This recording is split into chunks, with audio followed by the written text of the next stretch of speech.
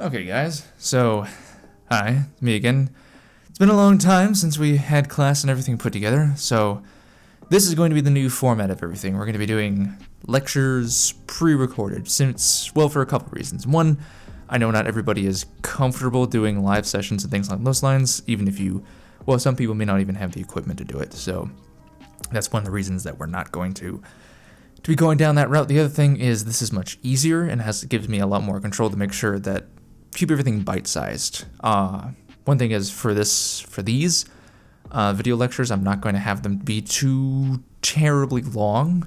They're going to be on average around maybe 20 minutes because we don't have, group work or videos to watch in class or discussions. We can't do those in video, so it's just going to be me talking. So I'll try to keep it on the shorter side. I promise. Try to keep it brief. On that note, for this unit, we're going to be covering research. So there's going to be a couple, well, before we get to that, there's going to be a couple change-ups on how certain things are going to be, well, documented. One of the things is for attendance. Because we're obviously not meeting in class and not having face-to-face or real-time conversations anymore, attendance is now being deferred to 2 assignments. So when you see like a bunch of assignments appear on Canvas, don't panic. They're not very hard. I don't want you to do a whole lot for them. And you've already been doing them for the most part. One of them is just the word of the day. So what that's going to be is it's going to have a word up there. You're going to find the definition of the word. You're going to give an example, and then you'll have to make an example of your own. I want you maybe to do 1, maybe 2 sentences for each. Don't overdo it. Tenses. Just gonna pretend that's spelled right. But I don't want you to go overboard for it. Again, that's just to make sure that you guys are actually engaging with the course. We're not gonna have a lot of coursework. We're not gonna have a lot of stuff to do during this time. Partially because all of this kind of happened last minute, but also because I don't know what your guys' situations are like. It might be really difficult. It might be really tricky to do a lot of schoolwork, and it's just because this course was not designed to be online. Forcing it into that aspect has made things difficult enough already. So we won't be doing a whole lot of other crazy things on top of that. But the second thing, because there are 2 things. The second thing we're going to be doing is there's going to be lecture quizzes. Now, don't be too terribly afraid of those. They're just going to be maybe 2 to 3 questions about what we covered in the lectures, the video lectures like these. Some of them might be like 2 questions might be, what are we going to be doing instead of response records? We'll get to that in a moment. Another one might be something cheeky like, I don't know, we'll start with this. Like, I drew a stick man up in the top right, and his name is Boz or whatever. There might be a question on there. So some things just to make sure you guys are engaging with them, because it's not going to be in real time. I have to be accountable to make sure you guys are actually watching the lectures in some capacity. But if you watch them, don't panic over them. They're not going to be too terribly hard. Also, these are due on the day of the lectures. But for the quizzes, because you will actually have to watch all of these videos, they're going to be due the day after. So this is going to be up on Monday. Excuse me. It's going to be up on Monday, but the quiz is not due until the end of Tuesday. And the quiz that's going to be for Wednesday is not going to be due until Thursday. The quiz for the lecture on Friday is not going to be due until Saturday. They're not going to be due until the day after any given lecture is given. I hope that makes sense. If you're confused about anything that I'm talking about here, please let me know. But in the spirit of trying to keep all of this brief and short and succinct for you guys, let's move on to some other things. So this is how attendance is going to be covered. If we turn to the next page, I think we can get a little bit more out of this. So for the next one, some things to look at is response records. That's right. Let's get that out of the way. Response records, obviously you guys can't turn them into me anymore. So if you've already given them to me, you don't need to do this next part. And I realize having you guys if you didn't turn it in, you are having to do a little bit of extra work. But that's just the name of the game at this point. I'll try to cut that down to a minimum, but we're all going to have to give some and sacrifice some for this part. But hopefully, this is trying to make this as least strenuous as possible for you guys. So if I do not already have your response record, if you gave it to me for whatever reason before all of this happened, then you're fine. You don't need to do this. I'll grade that as normally. This is where it's the same amount of points, 20 points. But for this, I want you to do a 1-page paper, double-spaced, Times New Roman, name in the upper left, all that jazz, and the assignment details should be up on Canvas with this assignment, so everything's going to be submitted through Canvas. I think that's kind of a no-duh statement, but I think it's bears worth repeating, especially because things might get a little confusing otherwise. But for this, it's a 1-page paper, double-spaced, all the normal format things, but it's just going to be on 3 things. You learned in Unit 2. So they can be the stuff we talked about, logo design, stuff we talked about, logical appeals. It can be the words of the day. You can do more than 3 if you want, but it does have to be a full page, but only a page. You can cut that down to a 1.5 spacing if you want. I would encourage you not to do that because that's more work for you than you need to. But if you're just like, I absolutely loved Unit 2 and I have to talk about it, then feel free to do so. But again, I'm not trying to make this any more difficult than it has to be. Just trying to get some things moving and keep things productive, keep things worth your guys' time. But for this is going to be the replacement for response records for this unit. We'll work on some other things as we move forward. Some things might change also just in general because these are weird times. Things are a little wibbly wobbly, timey-wimey, if you know what I mean. So things might be up in there and we might have to change them as we go. So bear with me as much as I'll bear with you guys about how everything is going to be, a little flexible moving forward. Okay. So some other things to think about. All right, for moving on to the next bit of stuff. I'm trying to think what else we need to do. We got the main project. Before we get to that, general note is for late work. Because this is kind of a national crisis. We're in the middle of a plague right now. Things are a little bit difficult. So I'm gonna be a little more lenient on this. I still want you to, notify me if something is going to be late. But otherwise, I'm more than happy to be flexible on some of these things as much as possible, or as much as reasonable, I should say, for everything going forward. But this is the same kind of policy as it was before. If you think something's going to be late, just let me know. I'm happy to work with you on that. Otherwise, it's just kind of like, it never showed up in the Canvas inbox. So please let me know if late work's going to be there. I'm more than happy, even happier than before, to work with you on that just because of everything that's going on. That's just kind of a small side note with everything.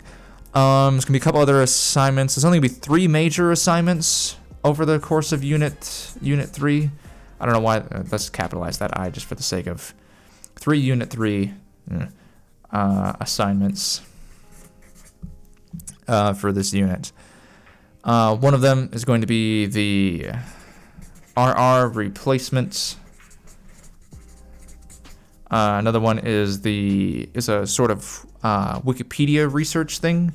As we get closer to that, that'll be towards the end of next week. I'll start giving out more information to that as I get it worked out, exactly the best way to do it. But I do have the major unit, everything's capitalized. I do have the major Unit 3 project worked out. And when that's going to be, so let's just go ahead and talk about that, get that out of the way, is for this, you're going to have 2 choices. I know, choices. It's a crazy day and age we live in. It really is. But you're going to have 12 annotated sources for an annotated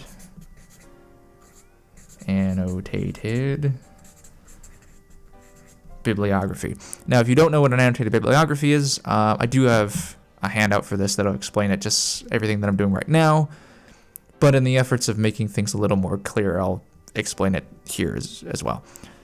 But an annotated bibliography is just like a normal bibliography at the end of a paper when you have sources and things. But for an annotated bibliography, on top of the citation, the source, the last name, first name, wherever you got it from, etc., etc., An annotated bibliography is the same thing, but it just has 2 additional elements along with the citation, and those are going to be the summary of whatever the source is, and then what I'm calling the connection.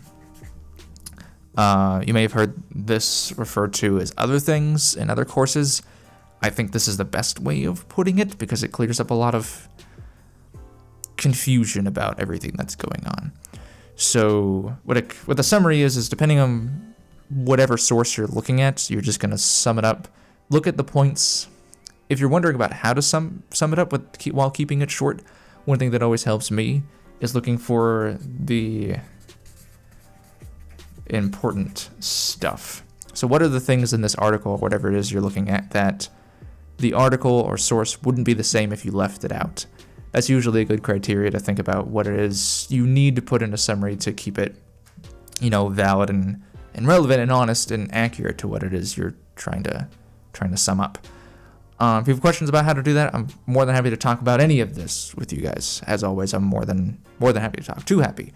Talk too much, perhaps. But moving on that note to connection. What the connection is after you summarize it, you're basically going to link whatever the source was that you looked at to your research.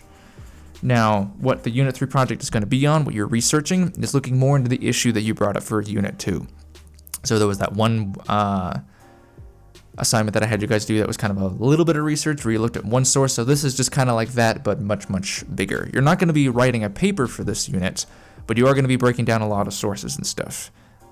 Sources looking into the unit, looking into the issue or topic that you guys were looking into Unit 2. Yeah, that's basically all it is. That's what you're going to be researching. You can change the topic if you'd like, but I'd encourage you not to because that means you'd have to backtrack and do a lot of stuff over again. The other thing, so 12 of these, 12 annotated sources, so with a summary and a connection. If you're wondering how long those are, I'm not going to give you a definite one for that.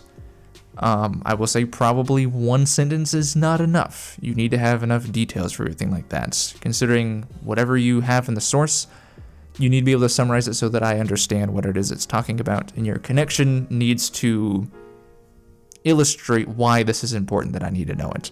So the summary is what it is, and the connection is why I should know that, whatever the source is that you're looking at.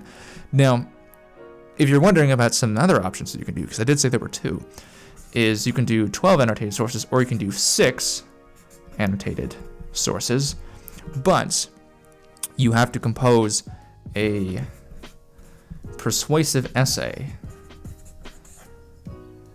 convincing me why you only need 6. Just 6 of ones that you found that I think are pretty good and you don't need to do any more, or 6 in general, whatever it is. This persuasive essay is the thing that you would do to convince me why you only need 6 of them. So if you're willing to do that, I'm not putting a definite length on that. It can be as short or long as it needs to be. Now remember, you are trying to convince me of this. So you're going to want to go whole ham on this paper if you decide to do it, because not only would you be doing just the 6, but I'm also would be grading you on how persuasive that is. So using all of the persuasive techniques and things that we covered in the last unit, the appeals and everything else, I'd encourage you to do that. So if you're looking to not quite do as much research, or you feel like you have all the research you need and don't need to literally do twice as much, then this may be the option you're looking at. But if you're finding a lot of really good information and you're like, nah, I don't feel like writing anything really or a paper for this unit, then this is the option you want to go for. But for this one, this section here does not have a definite length, but it does need to be convincing. Okay. I think that's everything for this. I'm trying to keep this down to just a couple of minutes. Again, like under 20 minutes is my goal. I think that's just about everything. If you guys have questions about these, anything that's going on, please email me. You guys know that I'm more than happy to respond to emails, any questions you guys have. But I think that's it for right now for the introduction. I just want to take this first lecture space to preemptively answer some questions, lay the groundwork for what we're going to be trying to do. Things will probably change as we move forward. But until such time as we need to do that, this is gonna be the basic working order of things. But yeah. Oh, the other thing is for the course schedule, I'm going to be doling that out in week by week, play by play, to see what's going on. So you guys will know the readings ahead of time. I'll try to have those for the next week. On Friday, I'll try to have the course schedule for the week following, if that makes sense. So on this Friday, I should get you guys the schedule for next week. Because that just lets us be a little more nimble on our toes about how we're going to adjust for everything. But anyway, I'll try to put all this up in our announcements on Sunday, the day before this. So you guys have that in font. But I also wanted to take an opportunity just to talk to you guys directly through this. Anyway, that's it. Again, if you have questions, please let me know, and check Canvas. Wash your hands, stay healthy. Hope to hear from you guys soon.